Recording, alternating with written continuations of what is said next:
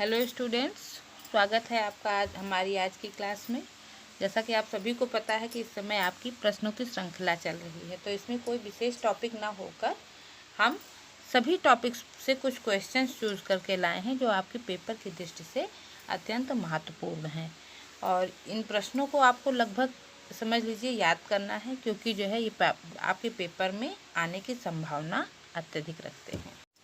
और जैसा कि आपको मालूम है, आपका पेपर ये ऑप्शनल होने वाला है, तो आपके क्वेश्चंस में वहाँ पे 4 विकल्प दिए होंगे आंसर के रूप में, उसमें से आपको आंसर चूज़ करना होगा। लेकिन मैंने अपनी प्रश्न श्रृंखला तैयार की है, इसमें आपको मैंने ऑप्शन ना देकर डायरेक्ट आपको क्वेश्चंस आंसर दिए हैं, जिससे कि आंसर आपके दिमाग में बैठा रहेगा और ऑप्शन में आप कन्फ्यूज़ नहीं होंगे।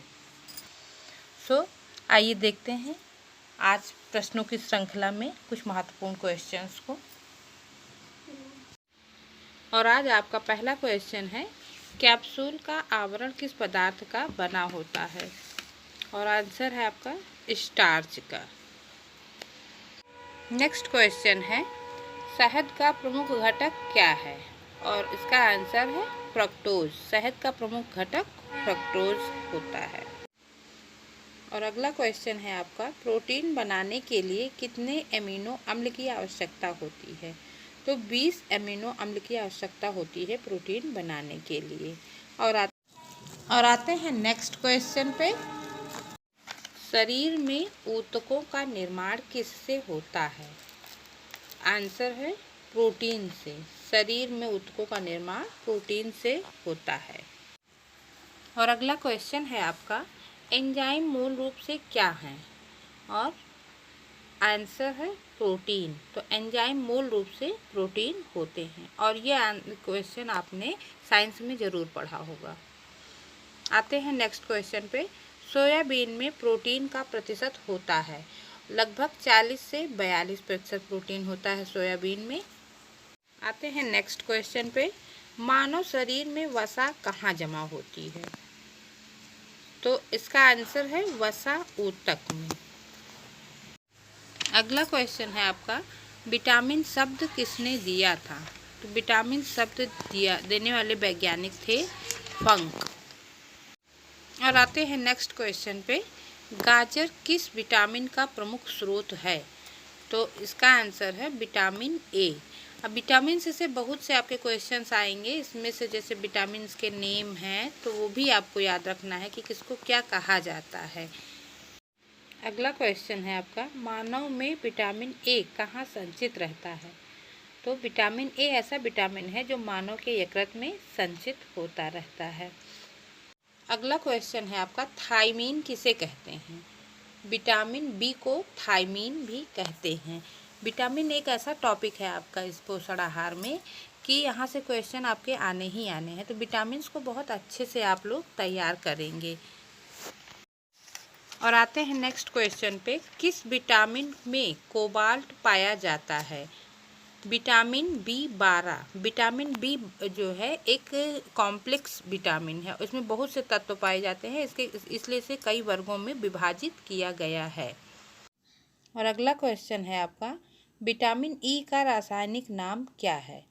विटामिन ई का रासायनिक नाम टोकोफेरॉल है। इसी तरह से आपको सभी विटामिनों के रासायनिक नाम याद करने हैं, जैसे ए का नाम है रेटिनॉल। अगला क्वेश्चन है आपका, मानव शरीर में रक्त का थक्का किस विटामिन से बनता है? आंसर है आपका विटामिन के। विटामिन के वह विटामिन है जो रक्त का थक्का जमाने में सहायता करता है। और आते हैं अगले क्वेश्चन पर, मानव शरीर में औसतन ऑक्सीजन का तत्व कितना प्रतिशत होता है? आंसर है आपका 50%। और आपका अगला क्वेश्चन है, उत्तम पोषण कहलाता है? तो इसमें आपको सुपोषण, कुपोषण कई और उत्तम या ऐसे दे सकता है, लेकिन मैंने आपको सही आंसर केवल लिखा है आपकी हेल्प के लिए। इसका सही आंसर है सुपोषण कहलाता है। और अगला क्वेश्चन है आपका, कौन सा पोषक तत्व शरीर की रोग प्रतिरोधक क्षमता में वृद्धि करता है? और आंसर है आपका विटामिन, प्रोटीन और खनिज लवण। और ये सभी जो है शरीर की रोग प्रतिरोधक क्षमता में वृद्धि करते हैं। और ये क्वेश्चन आपका ऑप्शन में भी आ सकता है और आंसर में लास्ट में उपर्युक्त सभी दे सकता है, तो वहाँ पे आपका आंसर हो जाएगा उपर्युक्त सभी। और आते हैं नेक्स्ट क्वेश्चन पे। अंकुरित अनाज में कौन सा तत्व पाया जाता है? और आपका आंसर है विटामिन बी। अगला क्वेश्चन है रिकेटी रोजरी किस रोग का लक्षण है? तो इसका आंसर है आपका अस्थि विकृति। और अगला क्वेश्चन है प्रोटीन का आवश्यक अवयव है? तो प्रोटीन का आवश्यक अवयव है कार्बन, हाइड्रोजन और नाइट्रोजन। और अगला क्वेश्चन है आपका दूध में प्रोटीन किस रूप में होता है? आंसर है केसीन। दूध में प्रोटीन केसीन के रूप में पाया जाता है। और आते हैं आपके अगले क्वेश्चन पे। प्रोटीन शब्द की खोज सर्वप्रथम किसने किया? आंसर है आपका मूल्डर। आते हैं अगले क्वेश्चन पे। स्टार्च का उत्तम स्रोत क्या है? इसका आंसर है गेहूँ।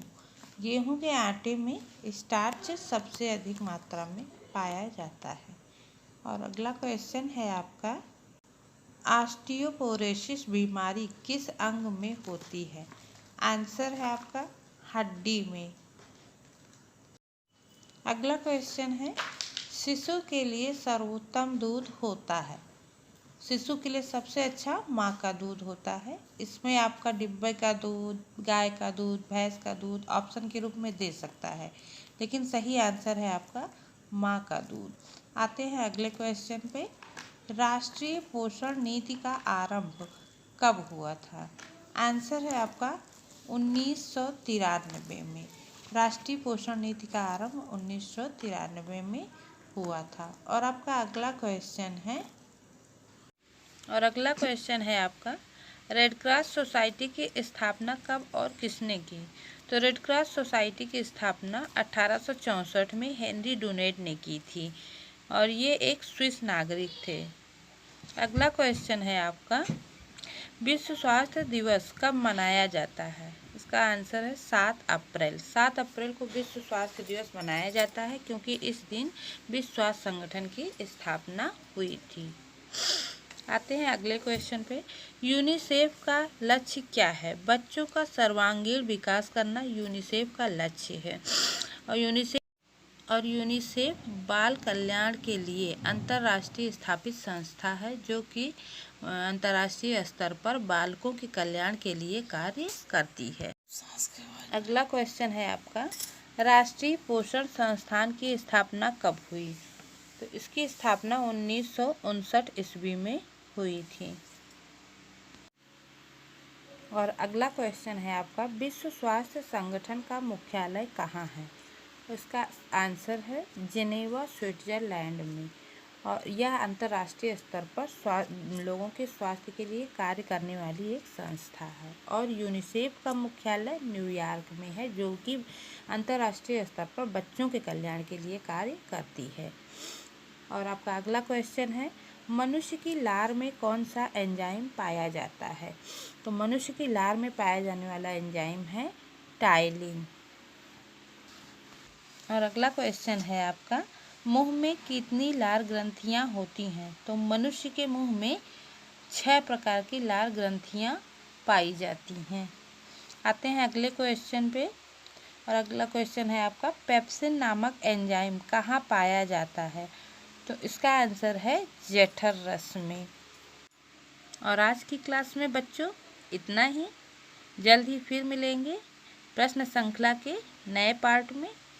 तब तक के लिए पढ़ते रहिए, व्यस्त रहिए, मस्त रहिए, माता पिता का सम्मान कीजिए, छोटों को प्यार दीजिए। धन्यवाद।